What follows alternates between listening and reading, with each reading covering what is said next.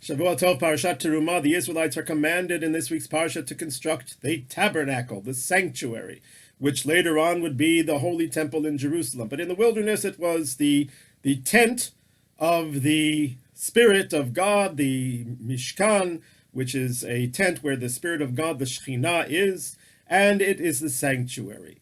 This is a very puzzling structure. There is something paradoxical about it that seems quite impossible, and there are some elements of it that are quite surprising. Let's take a look in greater detail to understanding just what the experience of the Jew in the sanctuary is supposed to be.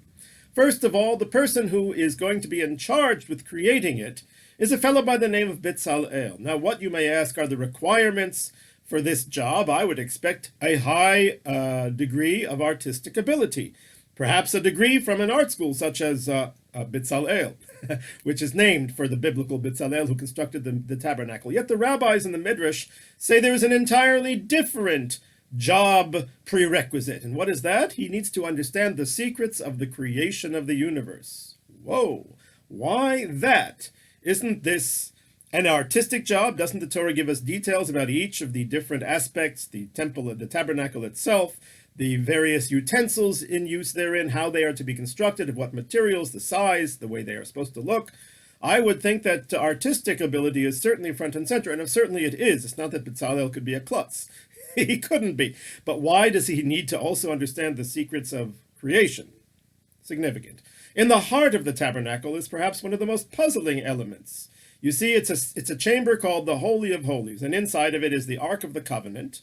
And on top of the Ark of the Covenant is the object which is puzzling.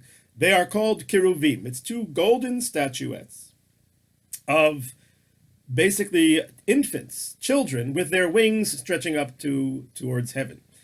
Whoa! How is that a good thing? Aren't we supposed to not have engraven images of anything? And yet in the Holy of Holies it is not only permissible, but it is required. Why so? And why the images of children, of infants? What is that to teach us? There are a number of other questions to ask. One of them is that Moses is obviously the lawgiver. He's quite a smart fellow. However, one of the utensils in the tabernacle that he is supposed to have constructed, he doesn't quite understand how it's to be made. I refer to the menorah.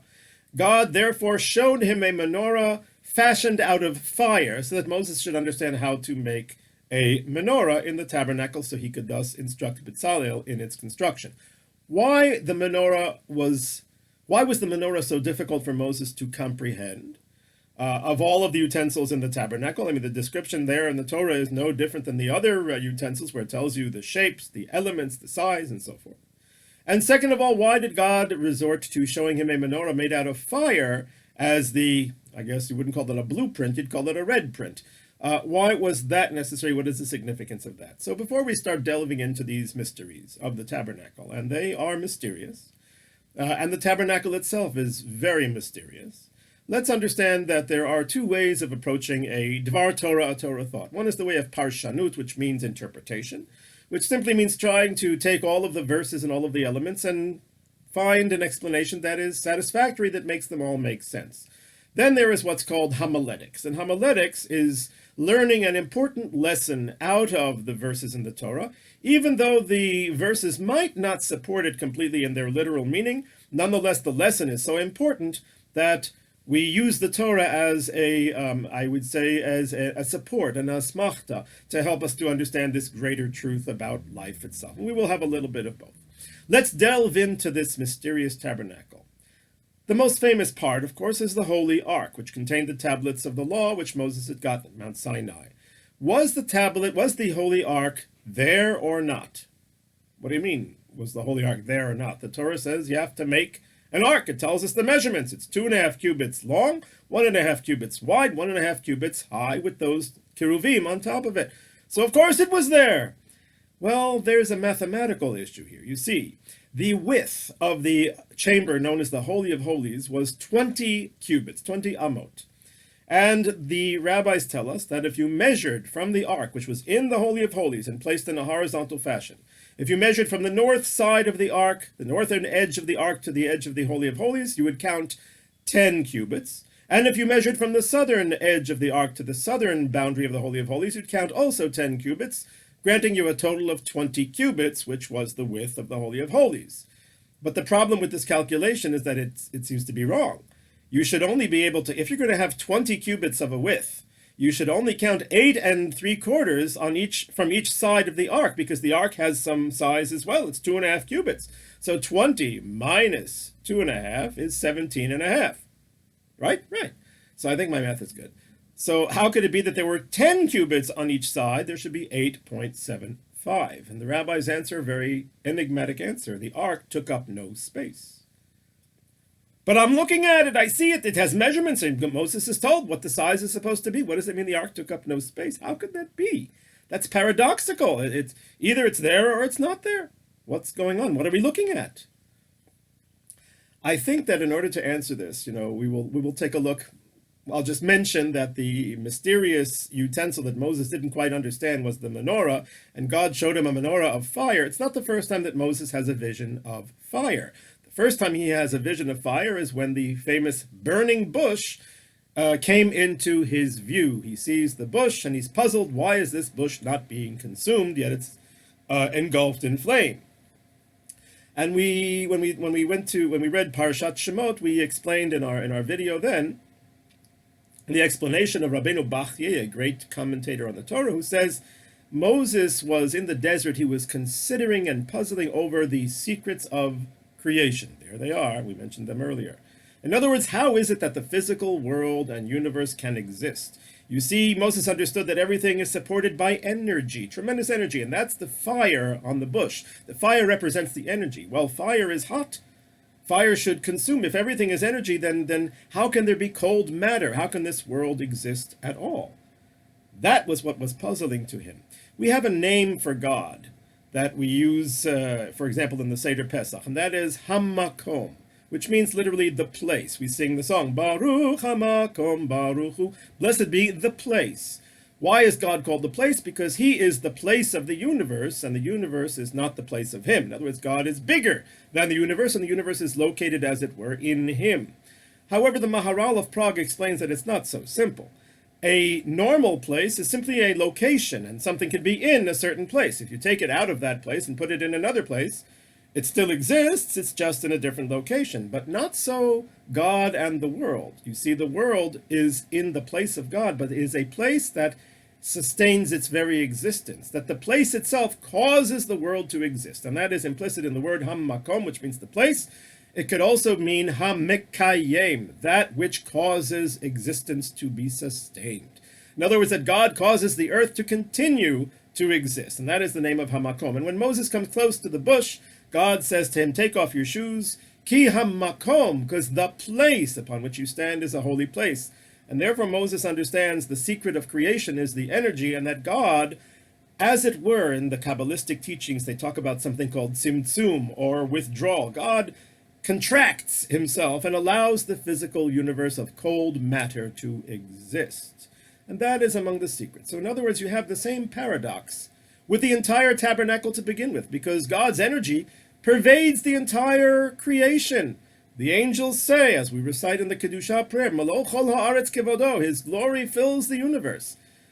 The prophet says, the heavens are my throne, and the earth is my footstool. Eze bayit asher tuvnu li, what house shall you build to me? In other words, God fills the entire universe. How can we build a house of God? How can God be confined in a house? When he is the place of the entire universe, the place that brings in existence and maintains the existence of the entire universe, how can he be concealed in a house? That is the paradox. And perhaps the answer, and first of all, this is critical to understanding what the tabernacle really is and what the ark is, and really the way anything which is holy is. It depends on where you look at it from and with what eyes. The higher angels, they perceive God's presence everywhere. They see the energy within the matter. But the lower we are, and we are human beings, we are pretty low on that scale, we cannot perceive that. Therefore, we see God in specific locations. But that does not mean that we are not aware that there is far more than meets the eye. So when we look at that ark, we see an ark of 2.5 cubits width and 1.5 length, 1.5 width and 1.5 height with cheruvim on top of it. We see that. However, that is just a window to eternity and infinity. And so too is the tabernacle. It's what we as humans can see, but it is just a window to touch infinity and eternity. And that is the experience we're supposed to have. That is why Bezalel had to understand the secrets of creation, because he wasn't just making a nice building. He was making something that was infused with spirituality, that was able to take and connect to the eternal and the infinite of God, as it were. How do we perceive that? How can we as human beings engage in that experience? I believe the answer is we have to go into the tabernacle like cherubs, like cheruvim, like babies, like little children, like toddlers. How so? The great Hasidic Rabbi Simcha Zissel of Kelm explained it very beautifully. He said that a person may grow and become elderly and be a great scholar with tremendous respect and reputation and intellectual abilities and knowledge of philosophy and theology. If a person brings all of those things and uses them in order to connect to God, it's not going to work very well. Because the people who are far superior in connecting to God are the babies. Why so? Think about it. We know children. Children, a little child, when they see their mother or father, they're not thinking, oh, that's my mother and father, and they are like this, and they have these attributes, and they teach me such and such. The child runs to their mother and father and hugs them and embraces them with all of his strength and will not let go, because that is what creates tremendous pleasure and security and a feeling of home in that child. Says Reb Simcha Zissel of Kelm, when we come into the tabernacle, we're coming to the portal of the Ein Sof, of the infinite and the eternal, where in God's presence we have to run like little infants, like cheruvim, and embrace God without thinking about it. It's instinctive. It's who we are. We have to serve God like little children, cleaving to him, hugging to him, never letting go. And then we will begin to experience feelings and awarenesses that the human intellect is not capable of grasping on its own. So we have to go in like cheruvim. Now, let's go take a step back and let's go into the homiletics realm. How do we leave the tabernacle? What change must happen to us? We have to leave with an excitement, with a fire, because of the cheruvim. Let me explain what that means. Now, Moses had trouble specifically with the menorah. Why was the menorah such a difficult utensil for him to comprehend? Because Moses understood that the menorah is to light up the world with the light of God.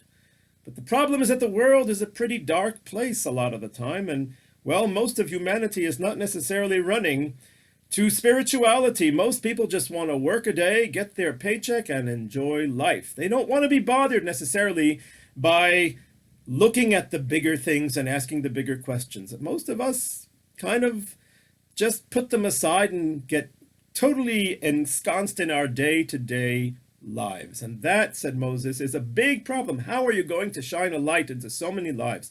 Not just that, there are a lot of people who are intentionally darkening the world, who have philosophies that are antithetical to the values of the Torah, who espouse cruelty and all kinds of negative aspects. So how is it possible to, with this one utensil, that's a beautiful thing to be sure, but how is this going to light up the whole world? And so God answers him very simply. He says, if you make the menorah and it's not on fire, then it won't work. On fire means with the fire of Torah, with the energy of, and the heat and the power of motivation. The city of Sodom was slated to be destroyed, and Abraham goes to pray for the people of Sodom, and he says to God, if there are 50 righteous people, there are 5 cities, 10 in each one, will you save the city? And God says yes, because 10 people can change an entire city, even can change an entire world.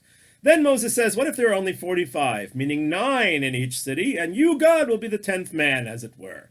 How does that work? And God agrees. How does that work? Because 10 as a group has tremendous power to affect society at large. They can change the city, they can change the world. 9 perhaps can, perhaps can't. We have a very interesting law that if you have 9 people, and you don't have a minion, but you have a child, a boy who is beneath the age of bar mitzvah, but he knows to whom he is praying, and he holds a chumash, a book of the Torah. You can count him to a minyan. Ashkenazim generally do not rely on this, but some do, and it's written in the Shulchan Aruch. So what is that logic about? Either you have 10 or you don't have 10. The answer is 10 is certainly a powerful group. 9, it depends if they have enough energy and motivation. If they have enough fire in them, then they can also change the world. And what will give them that fire? When they see that young man holding that Chumash, that book of the Torah, and they realize he is our future. He is going to bring the traditions down into his life and to his children's. He is so important. We have to be motivated. We have to be on fire because of that child. And that's why I say, that's what God says to Moses. The menorah, if you want it to light up the world, it can do it. Even though it's one utensil in one place, it can light up the whole world if you put fire into it, if you make it out of fire. And God showed him a menorah of fire. And therefore, I think that's also when we see the cherubim, the keruvim, those little baby images on top of the ark, we leave because of them with that fire. They ignite that fire. That is why we are sticking to our God, cleaving to him and cleaving to his Torah. And I think, just to conclude, that this also may be implicit in the story of the burning bush, because, you know, the burning bush represents the people of Israel. And you might ask, how can the Jewish people ever hope to survive in a hostile world where we are the minority of the minority?